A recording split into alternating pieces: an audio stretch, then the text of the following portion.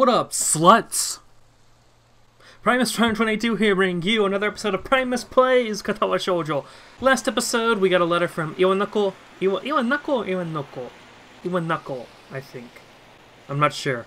It's not like it's a real name anyway. And now it looks like we're walking on in the streets. Okay, well, let's get into this. The feeling of walking through the streets is one of very deep nostalgia. While Yamaku may be like the reverse of where I have lived in the past, the city at night is amazingly familiar. My eyes are moving constantly from the bright electronic screens glowing high in the night sky to the street lamps piercing the darkness with their light, to the businessmen enjoying themselves after work and the busily talking couples on dates. Unlike you, Hisao, because you're all alone. Even if I didn't want to, I can't help soaking in every aspect of the city. I savor its familiarity like a sweet candy sitting on my tongue. Oh. So we got Lily and Akira. Lily is walking to my left with her cane swaying to and fro, holding onto her sister's arm for guidance while talking to her. Oh, we're going to the airport, or whatever? Compared to traveling by taxi or bus, being driven by Akira, this is supposed to be driving. I mean, this doesn't give the impression of driving at all. Being driven by Akira... No, wait, she said she was walking, so we're not being driven right now. Never mind. I'm stupid. Being driven by Akira in her rather nice car was, in the past tense, a much more enjoyable experience. Oh, and Hanako's here. Maybe not for the person on my right, though. Lily was used to her sister's driving style, and I quite liked a bit of excitement. Hanako was holding very tightly to the door for most of the trip. That's me, to be honest. Everything looks so pretty at night. Hanako quickly looks down yet again as she accidentally catches someone's gaze. Yeah, it does. My answer isn't very thoughtful, since I'm distracted by so many thoughts that I find it hard to keep up on small talk. One of those distractions, aside from the city sights, is how Hanako looks. She has half a face. The first time I've seen her in something other than her school uniform or her pajamas, it gave me pause when I first saw her outfit when we met up at the school gate. Considering how much her head is lowered when people walk near us, I imagine that the hat she wears is more than a fashion statement. While initially I was wary of Lily's plan to take us out into the city, when night fell, it became obvious she had thought about this. Not many people have paid Hanako much heed, since the darkness hides her scarring well. I suppose it would be weird, outside of, the traditional atmosphere of Yamaku to be walking around with half a face. So, we're in the city. Any ideas on what to do? Akira beams a smile. Something tells me that she's the one who is making this particular decision, even if her sister may have proposed the outing in the first place. You'll see, just follow us. I nod and try my best to stifle a grimace. After what happened during Hanako's birthday party, I don't trust Akira's judgment all that much. Oh boy. We keep walking and I notice that we're passing more and more cafes, restaurants, and other eateries. Is eateries a word? I've never heard of eateries.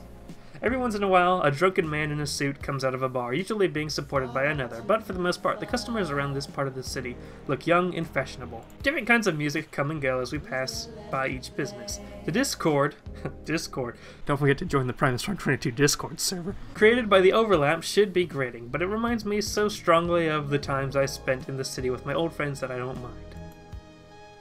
Oh, this is some music. I'll bring up the audio here. Hanako and I have started to drift a little apart from Lily and Akira.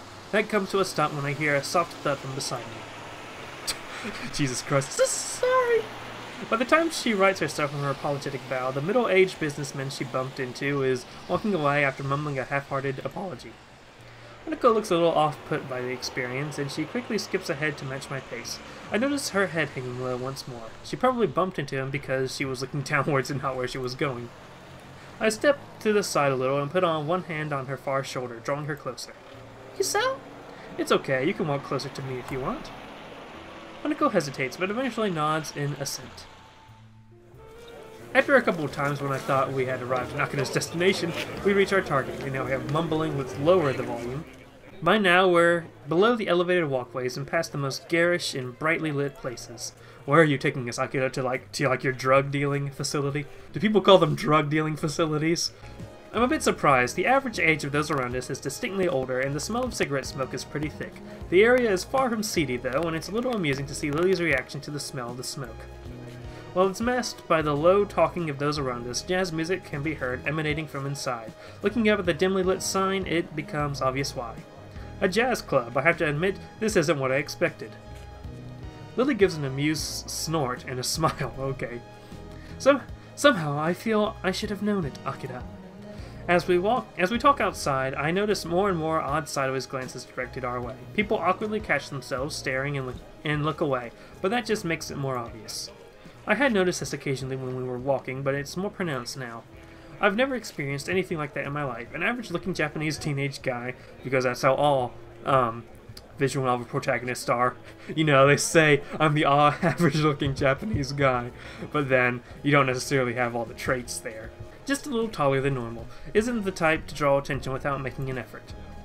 Hey, come on, just because you're teenagers doesn't mean you can't have a little taste, right?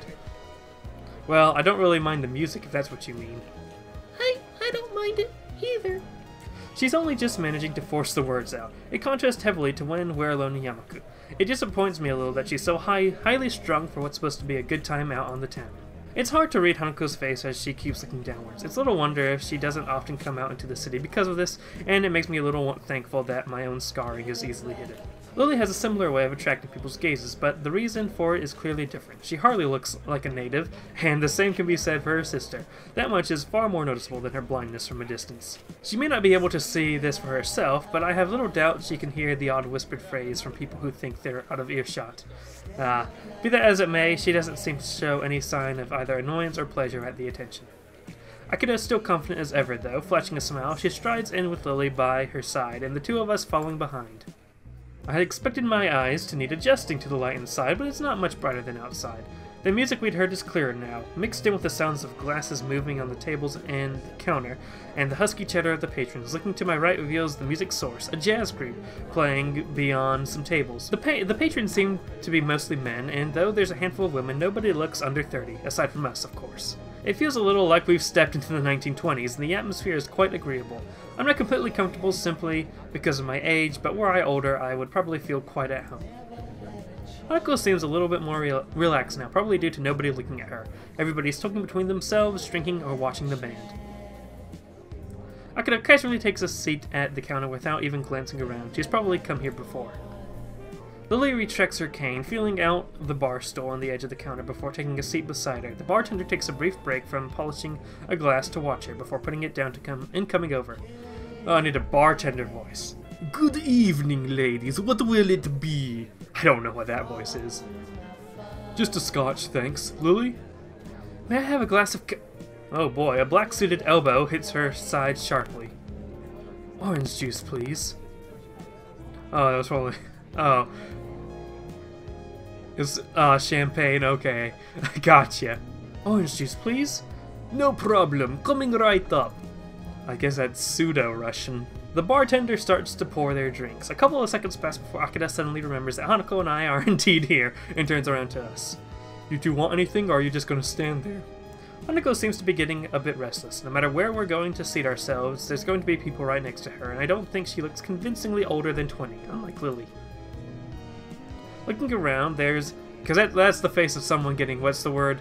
Restless. That's the face of restlessness right there. Looking around, there's a game section to our right. A couple of billiards tables can be seen in the corner, and nobody's using them either. I glance to Hanako, about to ask her if she'd like to play, but she's already looking longingly in the same direction. Maybe it says something that we can get by with so few words nowadays. I actually sort of relate to this situation because I don't know how it happened. I don't do anything at college social-wise, but we have a recreational center, and like in the center there's a billiards table, and I don't know how it happened because usually I go home at 3 or something like that, but I ended up talking with one of my friends, my only friend actually, and eventually by the end of the day it was like 9 p.m. I'm playing billiards with him and his girlfriend, and I'm like, when did I suddenly have a social life? That was a very confusing evening. I don't know why I suddenly became social that one day. We'll go play pool over there. Akira leans back to see past me before shrugging and sitting back up. It seems you have to put up with only me for company. How unfortunate. Have fun, you two. We turn and set off for the abandoned corner, with Hanako taking the lead. The prospect of a nice quiet game away from everyone makes her walk noticeably faster. Her eyes stay firmly fixed on her prize. And by the way, at 9 p.m. no one was in that recreational center. It was just us, a billiard table, and eerie silence. There were windows, like one wall was just entirely windows to look out into the lake and stuff, but it was completely dark and street lamps. No one was out. The table's full size and well lit, despite the surrounding darkness, thanks to the bright overhead lights. A huge painting of something covers the wall. Oh yay, modern art. There aren't many people milling about this corner of the club, and I can see, and it suddenly becomes completely quiet when you enter the lonesome corner. And I can see Hanako becoming a little less tense as a result. You know how to play? I'm no expert, but yeah, I do. Then, 8-ball? Sure. Hanako gets the chalk and 2 cues from a set of hooks against one of the walls, while I fetch the balls from the table's pockets and grab the rack from a shelf underneath. She patiently waits as I get the table set up. After slotting the final ball into the rack and doing some last adjustments, I end up having to fight my perfectionist urges and getting the bottom row of balls exactly perpendicular with the edges. With the balls arranged and ready for play, I step back and take my cue from her outstretched arm. I carry out a quick inspection of the tip before I'm satisfied that it's in good condition. So, you've played before? Once or twice. I just kind of know the rules. I feel like my Hanako voice has gotten deeper, and I think that's partially because I don't want to destroy my voice again. The air between us feels a little awkward. She's still pretty nervous, understandably, given that we're in public. Eventually the silence becomes too much even for Hanako, and she begins to quietly stammer. Break. I think for a moment before reaching into my pocket and drawing a coin.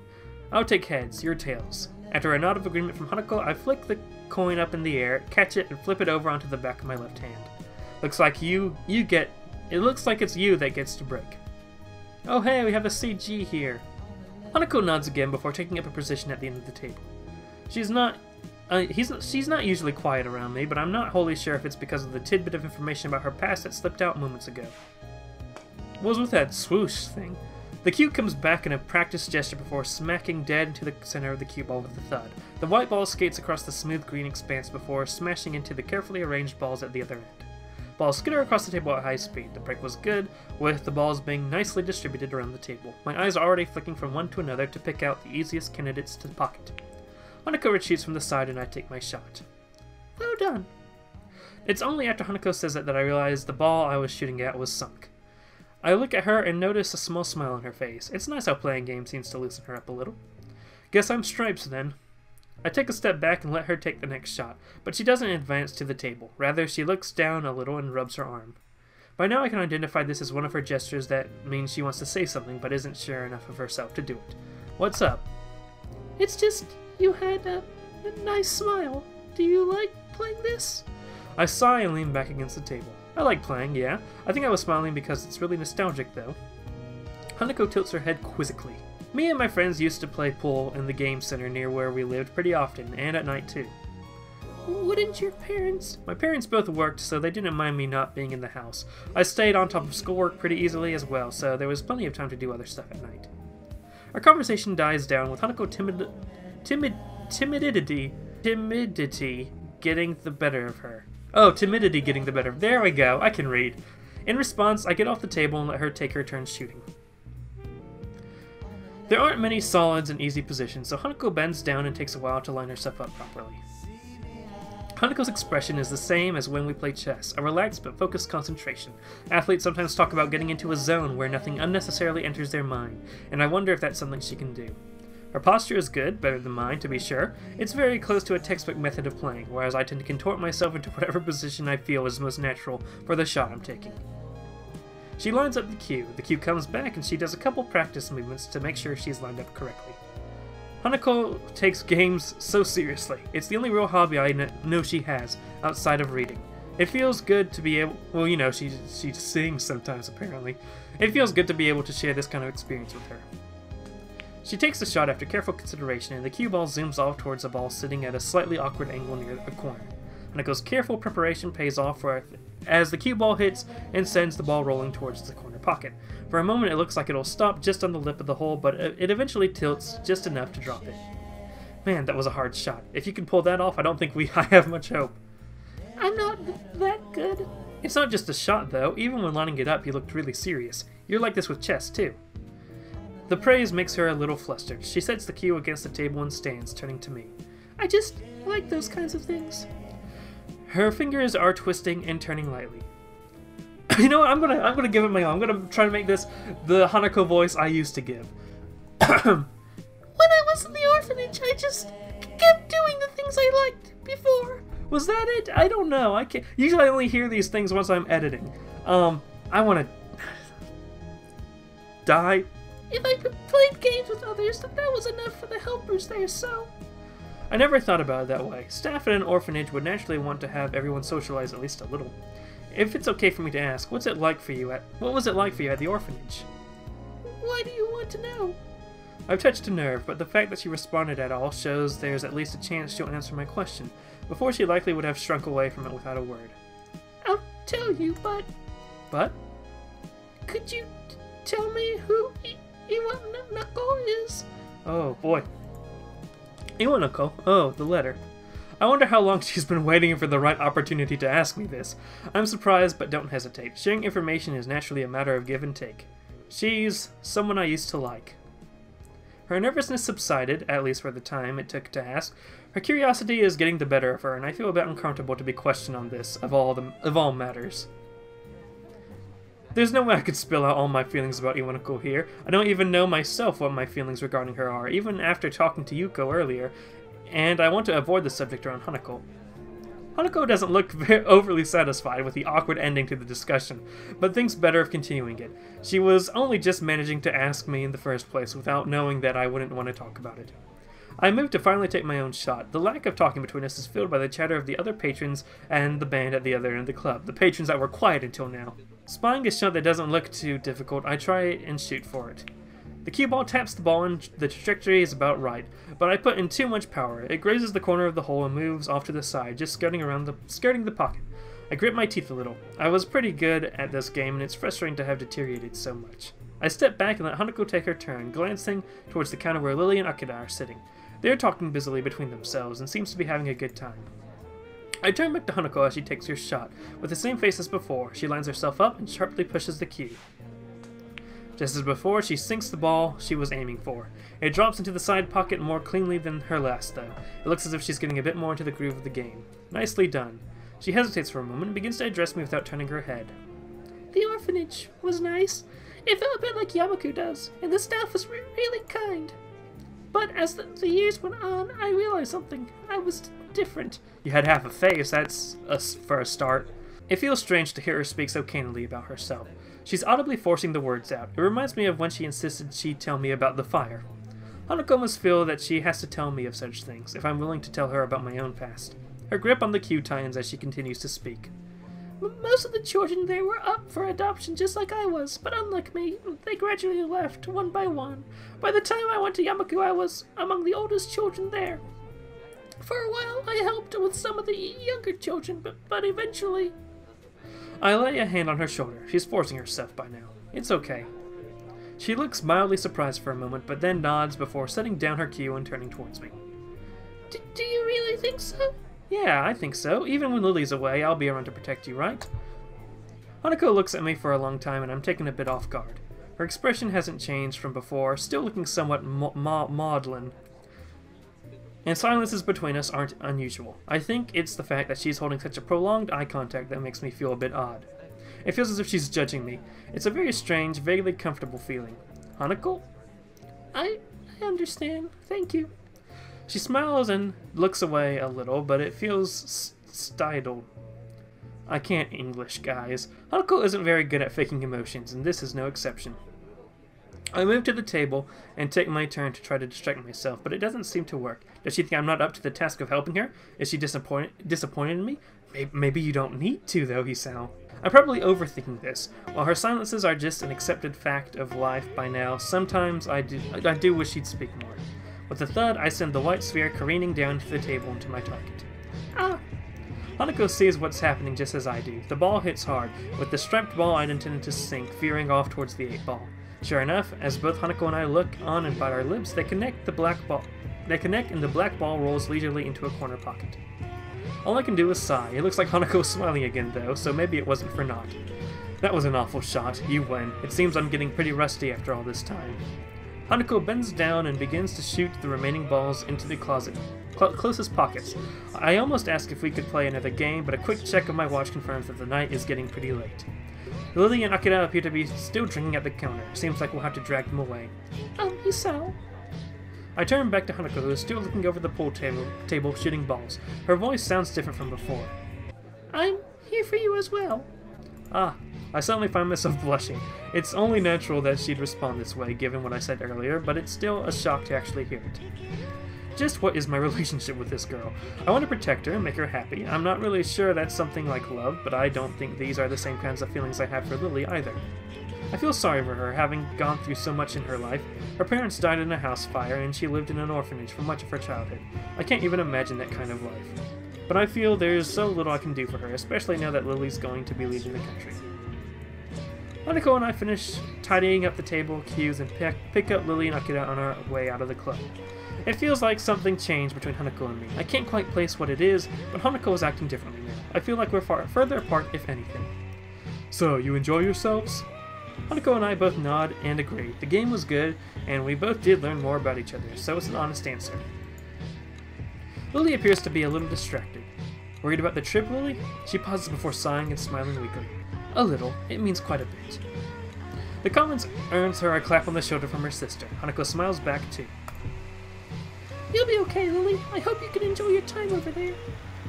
Thank you, Hanako. I'll try to. It will be nice to be back with my family after all, no matter how brief a time it may be. With that, the four of us begin the walk to the car park where Akira's car is. We continue to talk between ourselves, but it's mostly just small talk. Alright, so that video went a little long, but at least we have a... I'm trying to do these convenient stopping points, right? So yeah, thank you guys so much for watching. We'll continue on with Katawa Shoujo, I think, next week? Unless it's the last Friday in September. I don't know, we'll see. But yeah, thank you guys so much for watching. Subscribe if you have not yet, and have a good day, ladies and gentlemen.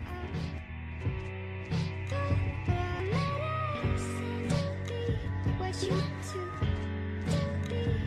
you